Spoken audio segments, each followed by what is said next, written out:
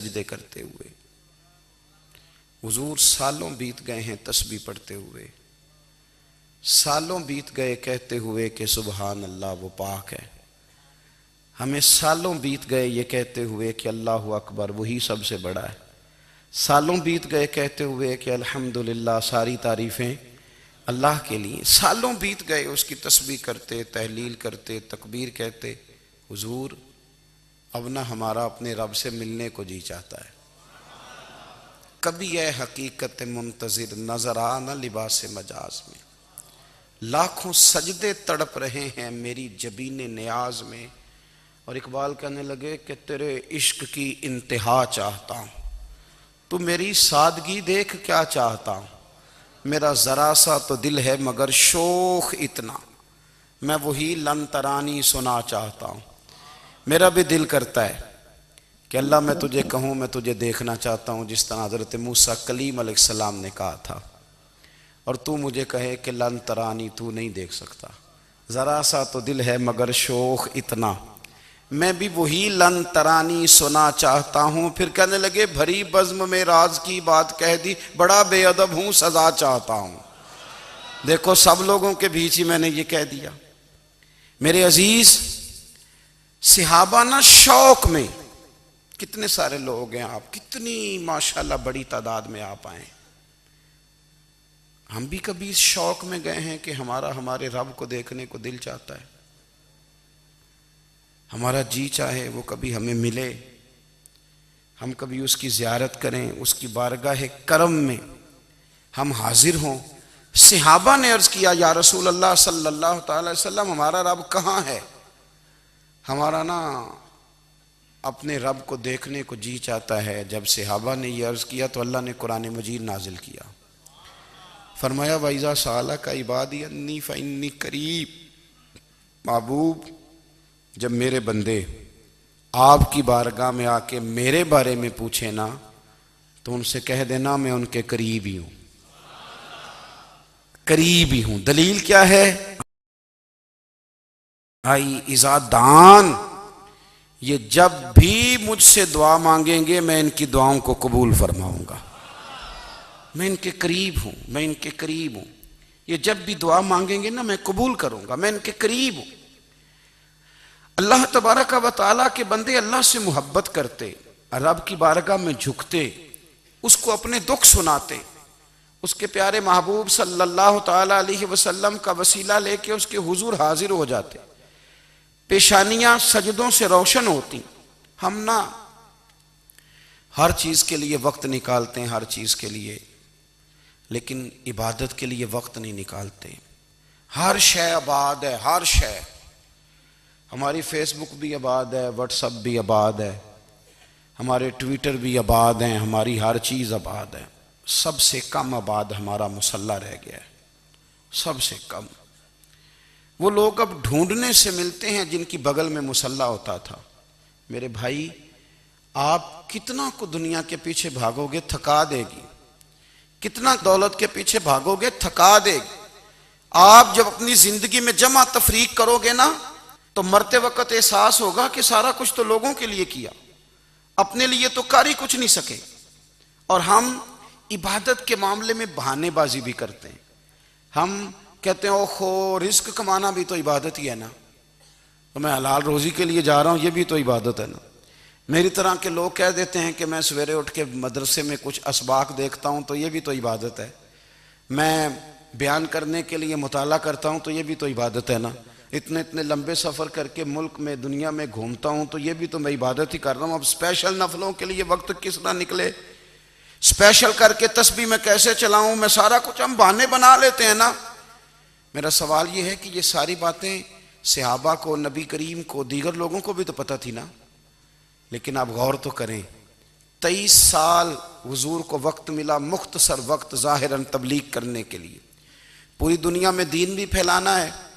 گھر میں 11 ازواج ہیں، 4 بیٹیاں ہیں، ان کی اولادیں، سارے کام کاج بھی دیکھنے ہیں، لیکن سیدہ طیبہ طاہرہ حضرت عائشہ صدیقہ رضی اللہ تعالیٰ عنہ فرماتی ہیں سارا دن تبلیغ کرتے، ہر غلام کے دکھ سنتے، گھر میں آتے تو اپنے گھر والوں کا خیال کرتے، کام میں ہمارا ہاتھ بٹاتے، قربان جاؤں، کہتی ہیں زمانہ سارا سو جاتا لیکن آمنہ کے لال مصلی بچھا لیتے۔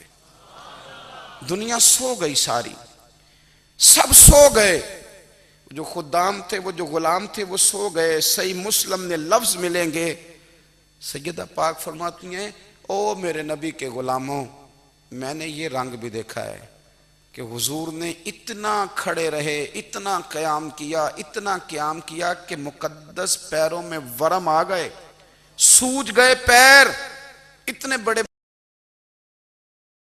دل پہ ہاتھ رکھ کے نہیں بتا سکتا کہ میرے کبھی نماز میں پیر سوج گئے ہوں، کوئی نہیں بتا سکتا۔ بچوں کی روٹی کماتے تھک گئے بات الگ ہے، ہم سیر کرنے گئے تو تھک گئے بات الگ ہے، لیکن عبادت میں یہ بھی تو مسلم شریف ہے نا، یہ بھی تو دین ہے نا، یہ بھی تو حضور کی سنت ہے، یہ بھی تو وہ چیز ہے جو کریم کی آنکھوں کی ٹھنڈک ہے۔ سیدہ فرماتی ہیں پیروں میں ورم آ گئے، اور ساری رات ہی حضور نے نماز پڑھی اور ایک ہی آیت بار بار دہرائی۔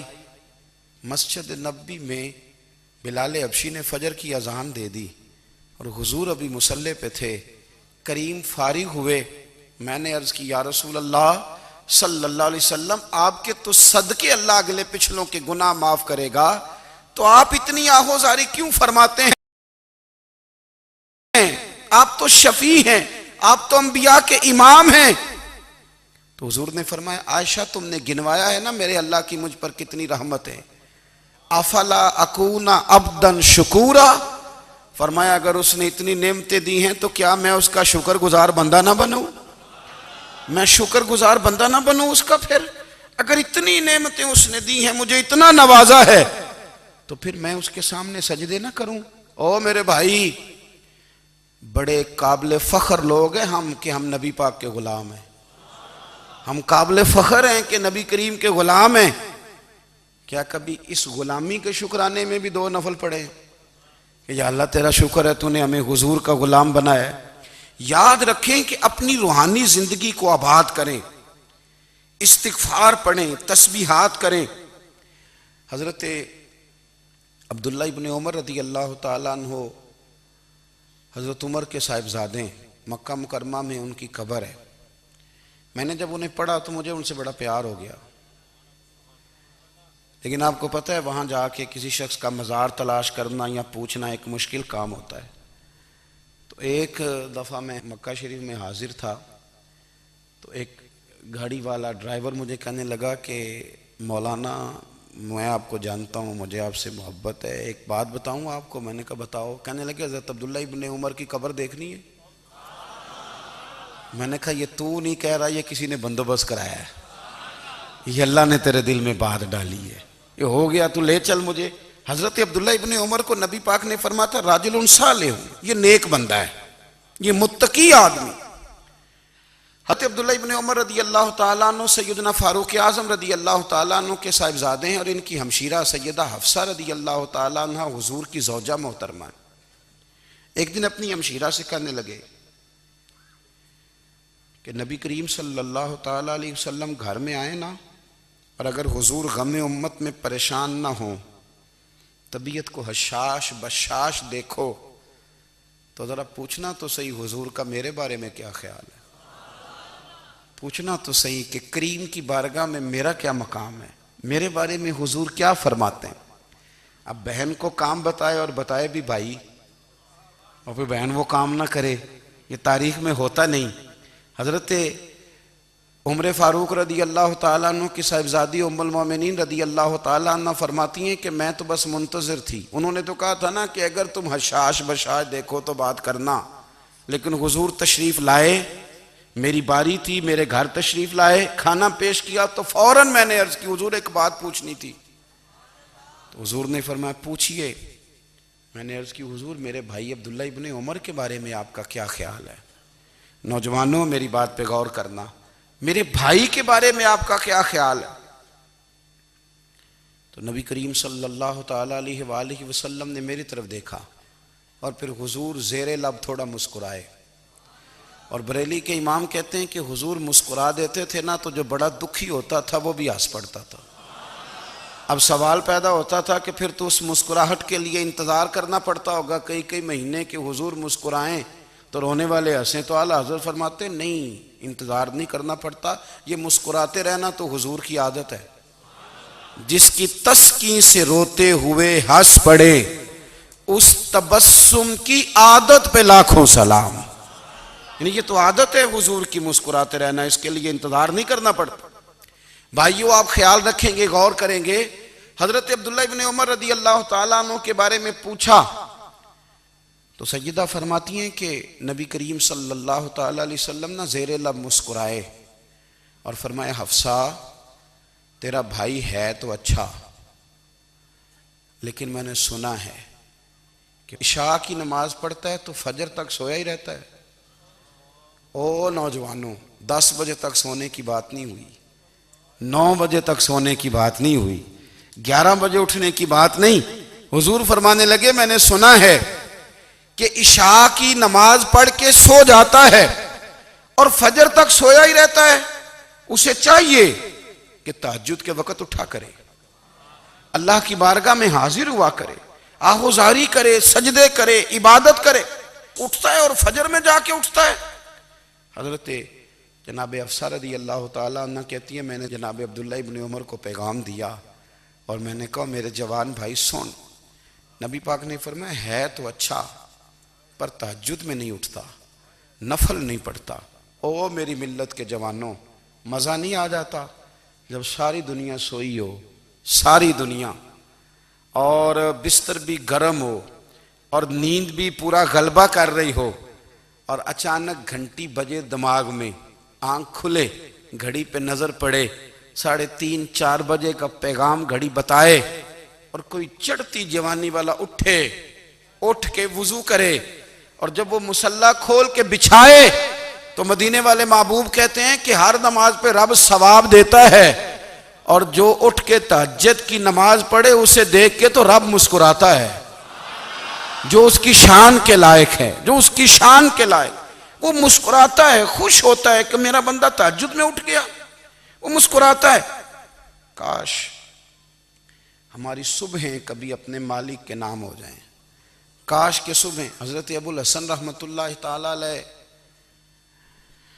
حضرت معاذ ابن جبل رضی اللہ تعالیٰ عنہ کے پاس بیٹھا کرتے تھے، فرماتے ہیں ان سے جو پیار بڑھا تو پھر میرا مصلی سے بھی بڑھ گیا۔ تابعین فرماتے ہیں صحابی رسول سے محبت ہوئی تو ذکر سے بھی ہو گئی، پھر درود شریف